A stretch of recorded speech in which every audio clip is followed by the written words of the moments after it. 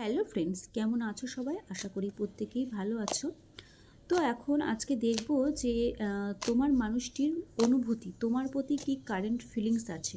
কিন্তু তার আগে একটু দেখে নেব যে তোমার মানুষটি নিজে কেমন আছে, তোমার মানুষটি নিজে কেমন আছে, তার কি মেন্টাল কন্ডিশান, সে কেমন আছে সেটা একটু আগে দেখে নেব। তারপর দেখব যে তোমার প্রতি তার কারেন্ট ফিলিংস কী। থ্যাংক ইউ ইউনিভার্স, দেখাও আমার ভিউয়ার্সের প্রিয় মানুষ আজকের দিনে ঠিক কেমন আছে।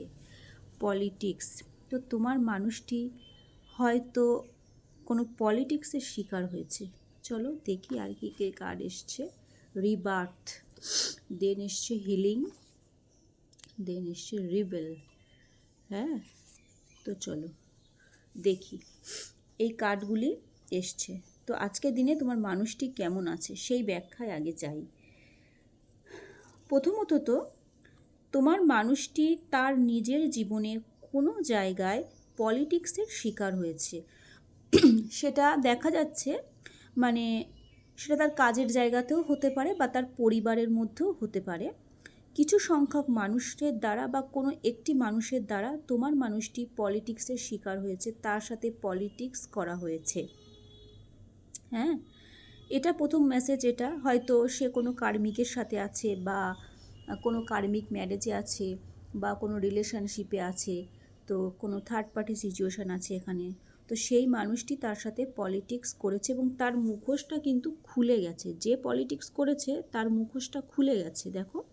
তো তোমার মানুষটি কিন্তু ধরে ফেলেছে বা বুঝে গেছে যে কে বা কারা তার সাথে পলিটিক্স করছে। আদারওয়াইজ এটা তার কাজের জায়গাতেও হতে পারে। মোট কথা, তোমার মানুষটি তার নিজের জীবনে, সেটা কর্মক্ষেত্রে বা পার্সোনাল লাইফে, পলিটিক্সের শিকার। প্রথম মেসেজ এটা। দ্বিতীয় মেসেজ হচ্ছে যে তোমার মানুষটি হয়তো তোমার সাথে পলিটিক্স করেছিল কোনো একটা সময়, এবং সেই জন্যই হয়তো আজকে তোমাদের সম্পর্কটা শেষ হওয়ার পর্যায়ে। হ্যাঁ, তোমার মানুষটি হয়তো এরকম মুখোশ পড়েছিল, তোমার সাথে হয়তো পলিটিক্স করেছিল, তার মধ্যে একটা রিবেল এনার্জি ছিল, রিবেল। হ্যাঁ, তো সেই জায়গায় দাঁড়িয়ে তার কিন্তু রিয়েলাইজেশন এসেছে।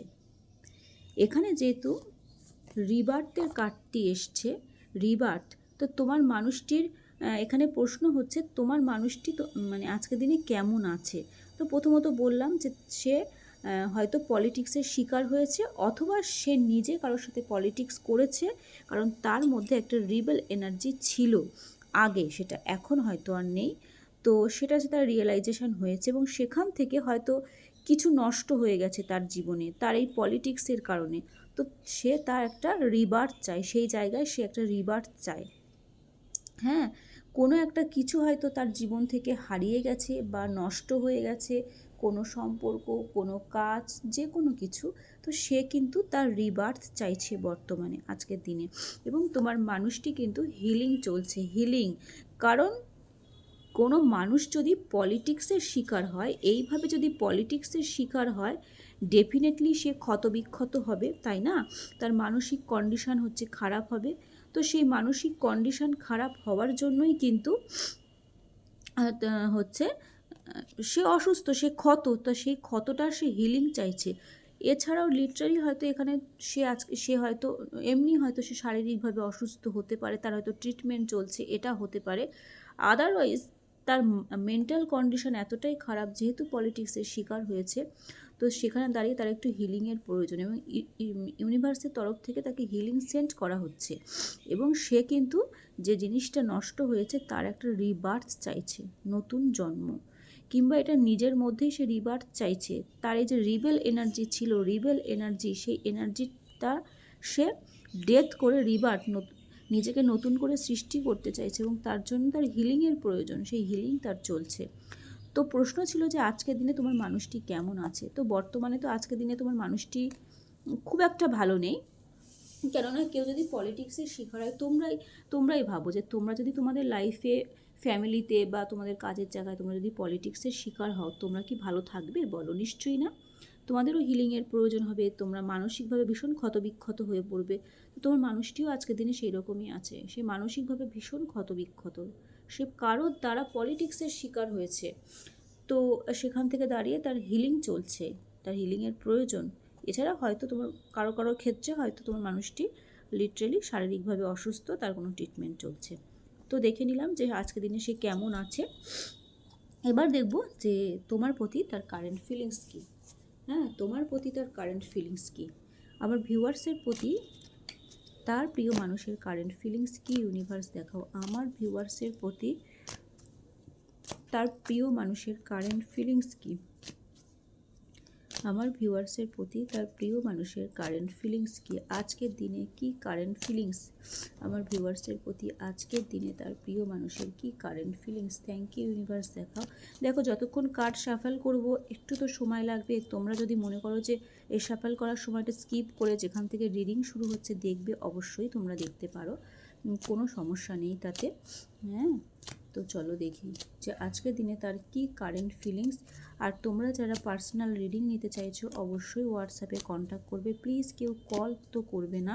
তোমাদের যার যা বক্তব্য আমি সবার বক্তব্য শুনি এবং রিপ্লাই করি।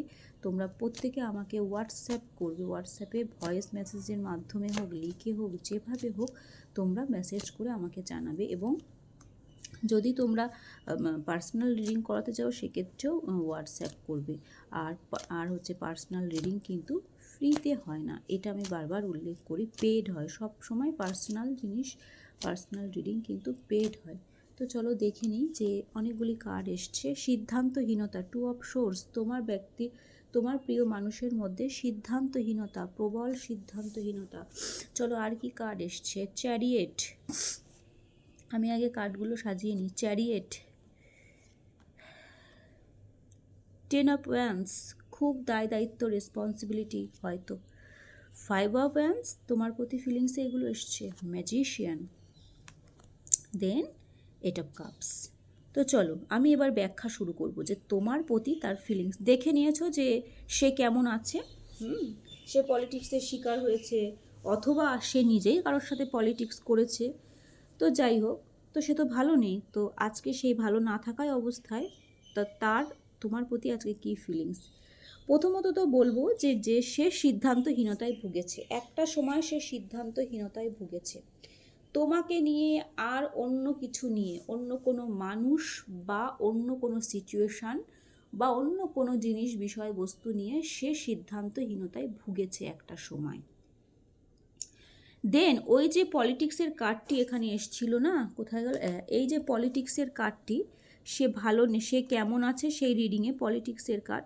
তো এই সিদ্ধান্তহীনতার যে কার্ড, এখান থেকে আমাকে এই ভাইবসটাই দিচ্ছে যে সে হয়তো সিদ্ধান্তহীনতায় ভুগেছিল এবং পলিটিক্সটা সে তোমার সাথেই হয়তো করেছিল। হ্যাঁ, হয়তো সে তোমার সাথেও রিলেশন রেখেছে, অন্য কারোর সাথেও রিলেশন রেখেছে, একই সাথে এরকম কিছু পলিটিক্স সে করেছে। বাট আজকের দিনে তার রিয়েলাইজেশন হয়েছে। তো সে একটা সময় সিদ্ধান্তহীনতায় ভুগেছে এবং তার কাছে এই রিলেশনটা ভীষণ বোঝা, মানে কি বলবো, ভীষণ বোঝা। তার কাছে মনে হয়েছে যে এই রিলেশন চালানো যায় না এবং তোমাদের মধ্যে প্রচুর কনফ্লিক্ট হয়ে গেছে, প্রচুর কনফ্লিক্ট, ঝগড়া, অশান্তি, এবং সেটা হয়তো এই সিদ্ধান্তহীনতা থেকেই এসেছে। সে সিদ্ধান্ত নিতে পারেনি যে সে কী করবে না করবে। তো এগুলো সব পাস্টে ঘটে গেছে, বুঝেছো? এই সিদ্ধান্তহীনতা, এই যে ঝগড়া, অশান্তি এবং সেখান থেকে প্রচুর বোঝা মনে হয়ে সম্পর্ককে এন্ড করে দেওয়ার কথা ভাবা, এগুলো সব পাস্টের এনার্জি। এই ঘটনাগুলো তোমার মানুষটি তোমার সাথে করেছে পাস্টে। অর্থাৎ এই পলিটিক্সের কার্ডটি কারোর ক্ষেত্রে তোমার মানুষটিরই এনার্জি, সেই হয়তো তোমার সাথে এই পলিটিক্সগুলো করেছিল। এগুলো সে পাস্টে ঘটিয়েছে, তো সেই চিন্তাভাবনাগুলো সে আজকের দিনে করছে। তোমার প্রতি ফিলিংস কি, যে তোমার সাথে সে আগে যা যা করেছে, যা যা পলিটিক্স করা, সিদ্ধান্তহীনতা করা, ঝগড়া অশান্তি করা, সেখান থেকে সম্পর্কের দূরত্ব বা এন্ড করে দেওয়া কারো ক্ষেত্রে, তো এগুলো সে আজকের দিনে ভীষণভাবে ভাবছে এবং তার রিয়েলাইজ হচ্ছে যে হ্যাঁ, আমার কি ভুল ছিল, আমি কি করেছি এই সম্পর্কে, আমি কি করেছি, আমি তার সাথে কি করেছি, তাকে ঠকিয়েছি না কি করেছি, এই যা কিছু সে করেছে সবটাই আজকের দিনে তার রিয়েলাইজ হচ্ছে।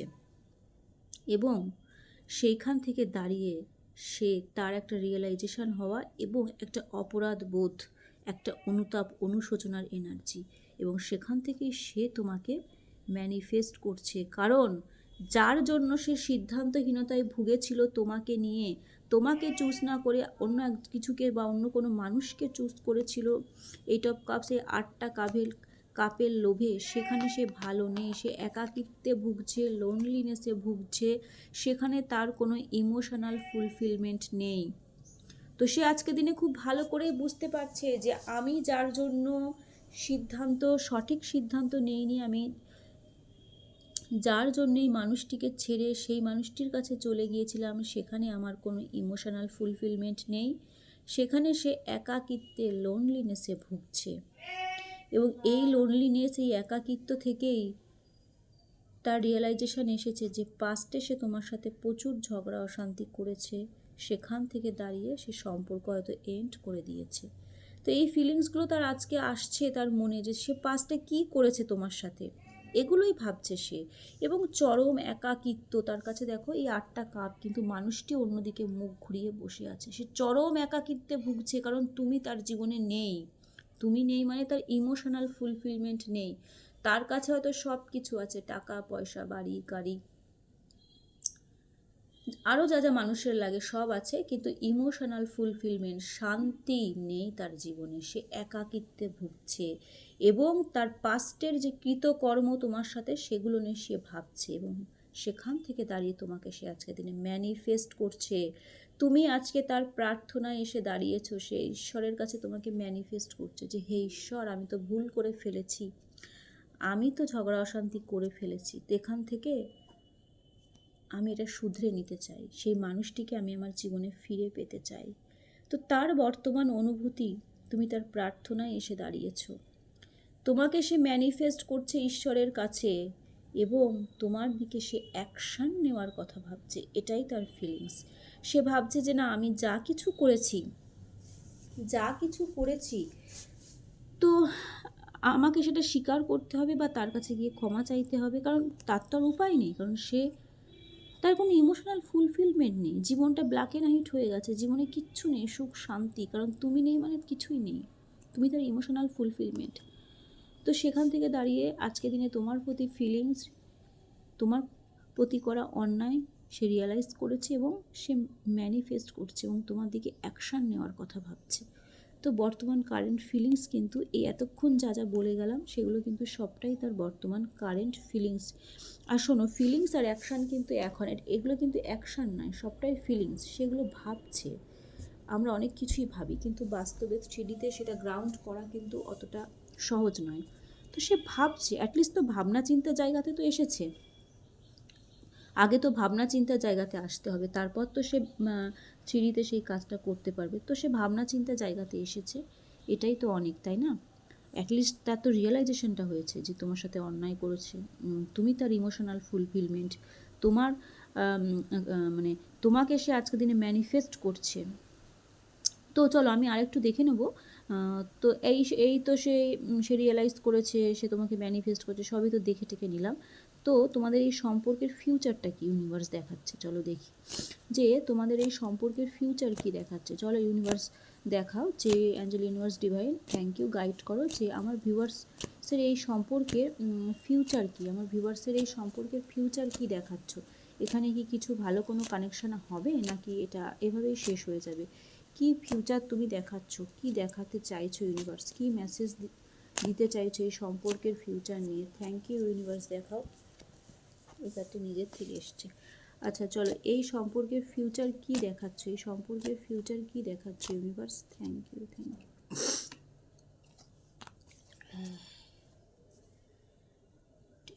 9 of Wands। চলো সম্পর্কের ফিউচার, হ্যাংম্যান, হারমিট, দেন 6 of Pentacles। তো সম্পর্কের ফিউচার খুবই ভালো। প্রথমত দেখো হ্যাংম্যান মানে কি, ঝুলন্ত, স্টাক হয়ে যাওয়া, সম্পর্ক থেমে যাওয়া। তো সেটাই হয়েছে এত সময় যে রিডিং হলো। তো তোমরা দেখেছো যে পার্টনারের কী চিন্তাভাবনা, সে তোমার সাথে আগে কি করেছে না করেছে সেগুলো নিয়েই ভাবছে, এবং সেখান থেকে কিন্তু সে কোনো অ্যাকশান নিচ্ছে না। জাস্ট তোমাদের সম্পর্কটা জাস্ট লাইক একদম সেই থেমে যাওয়া, একটা জায়গায় স্টাক, মানে ঝুলে পড়া, এরকম সিচুয়েশানে আছে। তো তোমার মানুষটির মধ্যে আমি বললাম না রিয়েলাইজেশন এসছে, তো সেই রিয়েলাইজেশনের কার্ডও এসছে, হারমিট। তোমার পার্টনার পার্টনার এখন কিছুদিন এই হারমিট মুডে থাকবে। হারমিট মুড হচ্ছে সোল সার্চিং করার মুড, রিয়েলাইজেশনের মুড। মানুষ যত হারমিট মুডে থাকে তত সে তার নিজের ভুলগুলোকে বুঝতে পারে যে হ্যাঁ, আমার দ্বারা এই ভুল হয়েছে, আমার এটা করা উচিত হয়নি, বা আমি জীবনে কি করলাম না করলাম, কোথায় কোনটা উচিত ছিল, কোথায় কোনটা অনুচিত, এগুলো সে বুঝতে শেখে হারমিট মুডে। এবং হারমিট মুডে অ্যাটলিস্ট মানে থাকলে মানুষ সহজে বেরোয় না, অনেকটা সময় লাগে পুরো রিয়েলাইজেশন কমপ্লিট হতে। তো সেই প্রসেসিংয়েই তোমার পার্টনার আছে, হ্যাঁ, সেই প্রসেসিংয়েই আছে। এবং এই হারমিট মুডে থেকে যখন পুরো তার রিয়েলাইজেশন হয়ে যাবে, সমস্ত কিছু জানা বোঝা, তোমার সাথে তার সম্পর্কটা কি, তুমি তার ইমোশনাল ফুলফিলমেন্ট, তুমি ছাড়া তার পক্ষে চলা সম্ভব না, এসব কিছু যখন বোঝা টোঝা হয়ে যাবে, তখন সেই হারমিট মুড থেকে বেরোবে। দেন তোমাদের সম্পর্কের ফিউচার 6 অফ পেন্টিকেলস, অর্থাৎ ব্যালেন্সিং সম্পর্ক হবে, ইকুয়াল গিভ অ্যান্ড টেক। মানে তুমি যতটা দেবে তোমার পার্টনারও ঠিক ততটাই তোমাকে দেবে, এবং তোমাদের মধ্যে একটা সুন্দর একটা ব্যালেন্সিং রিলেশন হবে। বুঝতে পেরেছো? তো এই সম্পর্কের ফিউচার কি? ফিউচার হচ্ছে ইকুয়াল গিভ অ্যান্ড টেকের সম্পর্ক হবে, যতটা দেবে ততটাই তার থেকে পাবে। কিন্তু তার আগে তোমার পার্টনারের প্রচুর রিয়েলাইজেশন হবে, সে প্রচুর সোল সার্চিং করবে, নিজেকে কোশ্চেন করবে, নিজেকে জানবে, চিনবে, বুঝবে। তারপর তার সমস্ত ধোঁয়াশা কাটবে, পুরোপুরি সে রিয়েলাইজ করবে, দেন সে নিজেই তোমার কাছে আসবে, এসে ইকুয়ালিটি মেনটেনের কথা বলবে, ইকুয়াল গিভ অ্যান্ড টেকের কথা বলবে, এবং ব্যালেন্সিং সুন্দর একটা সম্পর্ক কিন্তু তোমাদের তৈরি হবে। এটাই অ্যাঞ্জেল ইউনিভার্স তোমাদেরকে দেখালেন। তো আশা করি তোমাদের ভালো লাগলো, এবং তোমাদের যদি ভালো লেগে থাকে তাহলে আমার ভীষণ ভালো লাগবে। তো তোমরা যারা পার্সোনাল রিডিং নিতে চাইছো অবশ্যই তোমরা হোয়াটসঅ্যাপে কন্ট্যাক্ট করবে, এবং লং রিডিংয়ের রিকোয়েস্ট তোমরা অনেকেই করেছিলে, সেজন্যই আমি চেষ্টা করছি একটা করে লং রিডিং দেওয়ার। তো কেমন লাগলো অবশ্যই কমেন্টে জানিও, আর পার্সোনাল রিডিংয়ের জন্য অবশ্যই হোয়াটসঅ্যাপে কন্ট্যাক্ট করবে। তো চলো, সকলে ভালো থেকো, সুস্থ থেকো।